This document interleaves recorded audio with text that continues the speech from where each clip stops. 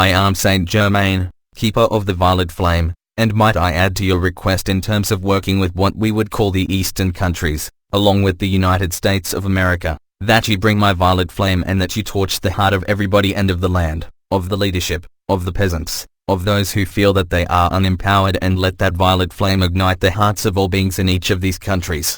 What you are witnessing is not only the elimination of the attitude that somehow brutality and force and control, that is war, is acceptable, but that it is in any way workable or viable. So you are seeing the last vestiges of one of the most destructive paradigms and belief systems of the old third dimension, because such belief systems cannot be translated or carried into the fifth, sixth, or seventh dimension. It is impossible. You cannot have the presence of love and the healing at the speed of love and war. These cannot exist together.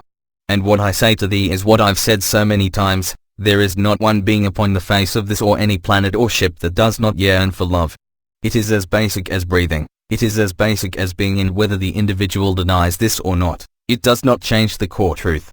It is part of your spiritual and your actual physical DNA. It is part of your mental and emotional bodies. It is part of your causal bodies. It is part of who you are. And even those who are dictators, generals, warmongers, they have lost their way, yes, and they think that they will gain authority, admiration, credibility, power through aggressive actions. We do not limit this to North Korea. But really what they are doing is they are like a lost child.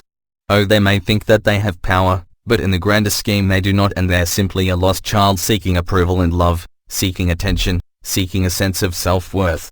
So, yes, ignite the hearts of all who sit alone in the dark, all who sit waiting for love and not realizing that they are loved and lovable and that they are the essence of love.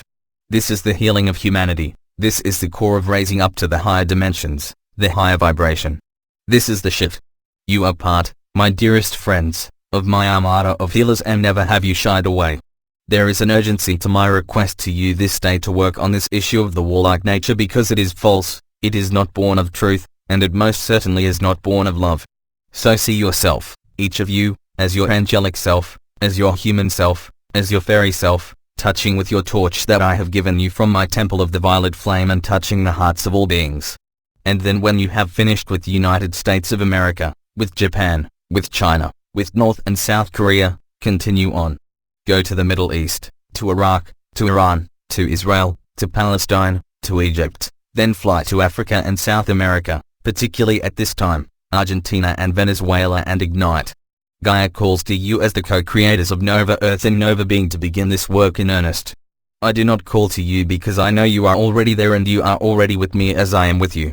So let us begin in this moment and continue on until this fallacy, this silly belief that control and greed and war is somehow useful. Your star brothers and sisters, and we, are not about to let any form of nuclear proliferation or destruction. This is not the primary concern. The primary concern is the hearts and the minds and the belief systems that feel that violence, in any form, is acceptable.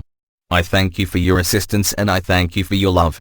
I thank you for your service, for your tenacity, your fortitude, your persistence and consistency. I thank each of you. Go with my love. Farewell.